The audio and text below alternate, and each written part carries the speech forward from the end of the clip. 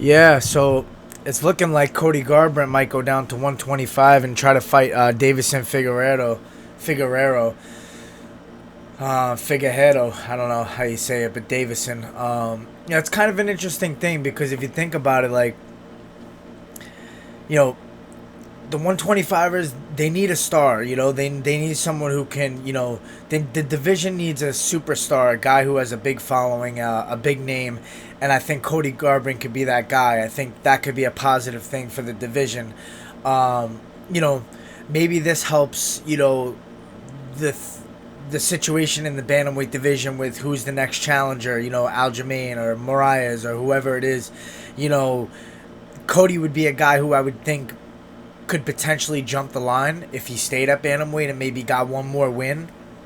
So that kind of helps those guys.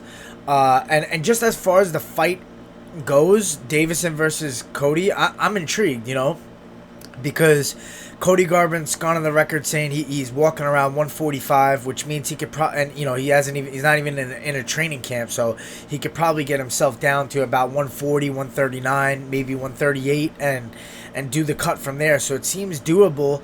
I know he says he's going to work with Trifecta and all those guys.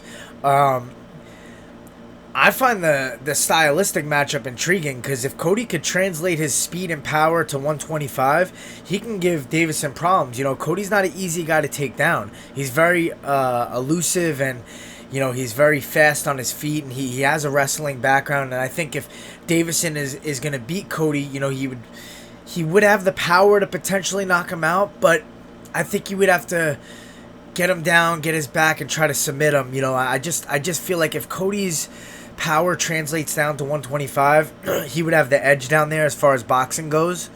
But yeah, I mean, it opens up things for Garbrandt. If he wins that title down there, the only thing that would kind of be messed up is if he wins the title and then just goes back to 135 anyways and decides that he wants to fight the champ there because he's a champion down at flyweight now. So that could cause issues later down the road. Now, if Cody Garbrandt wins the flyweight title and he decides to defend it against contenders in that weight class, then that's a good thing for the weight class. That would be great. I think that would build that weight class even more. So yeah, I mean, the fight's interesting because Deiveson has the power. He's obviously a guy that probably nobody's going to be able to take out as far as the flyweights go right now. And I think I could see Cody as a guy that really could be a challenger. So I like the idea of it.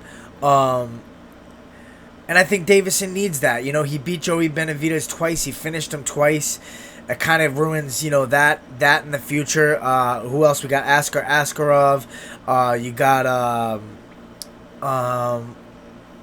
Pantoja. You got the Mexican kid. His name's slipping me right now. I just saw him in an interview. I don't know. You got like 3 guys, that could potentially come up and challenge. But maybe those guys need to sort it out first while Cody comes down and challenges. I think that'd be cool.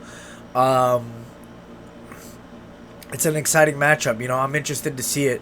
Cody did have those kidney problems that he was dealing with a couple times. So hopefully that's not an issue with him as far as weight cut goes. I'm sure he's seeing doctors and he's, speaking with the right people to make sure that he's going to do this safely and get down in the smartest way possible. But I'm all in. I want to see that fight. I really don't think that anybody right now can challenge Deiveson Figueredo.